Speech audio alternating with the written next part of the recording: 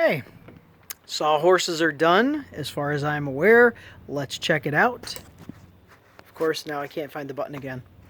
Well, I thought I had the button figured out as far as switching it, but apparently the button doesn't show up while I'm filming. I don't know my own phone. I don't do this. Is the first video. Well, first sequence of videos that hopefully I'll put together and make something that is tolerable. But what do we got here? I think I can just hold this up. All right, well, here is the sawhorse. Yeah, there we go. Here's the sawhorse.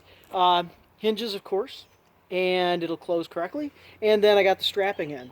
I ordered plenty of strapping, ended up with, like 20 feet of strapping, 4 buckles, 4 receivers, and it's just the snap lock system. So I have plenty. Matter of fact, I think I ended up with 4. Probably the price was right. And thinking about what's the additional bench that I would like to build. And so I'm already set for that for the next set of sawhorses. And using the, well, let me see, I can show you here.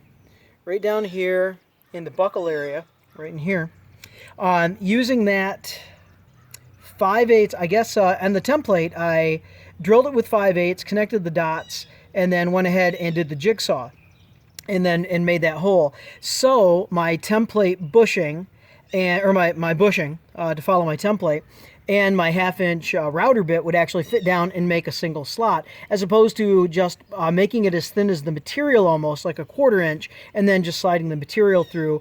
I actually got lucky in the fact that my buckles actually went through that hole and they snapped in. Now you could say, well, the buckles may pull through that hole. It's a tight fit. So it actually was one of those Bob Ross happy accidents in contracting, to where it seems like it's going to work. I can always do something different. I can certainly close that hole up a little bit. I can cleat it on one side, and I mean, it's a detail at that point.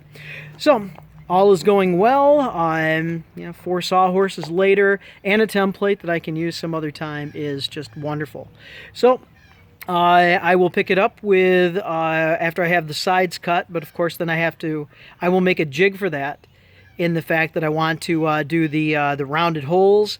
I do not have a circle cutter with my router or anything like that, and I don't want to take the time to actually build one right now. But I do want to use a 6-inch at least. I know it's going to be 9 and the hole will be a little bit undersized, but I don't know as anyone would notice but me. No one's paying attention. I think it's really about putting your tools inside the actual cavity. And so if the tools fit inside, so I'll have to check that 6-inch clearance. What would I have, like a router? Circular saw, maybe. That might not fit. But I don't know if it would be tight enough to where if I made a bigger hole. So you're trying to think things through, it's part-time. You got to think things through. Nothing just comes right to you. Love you contractors. It's not natural. It is not natural. Okay. Hey, sides after a jig and after running sheets of plywood through my table saw. Sans anyone, so solo. Okay. See you on the next one.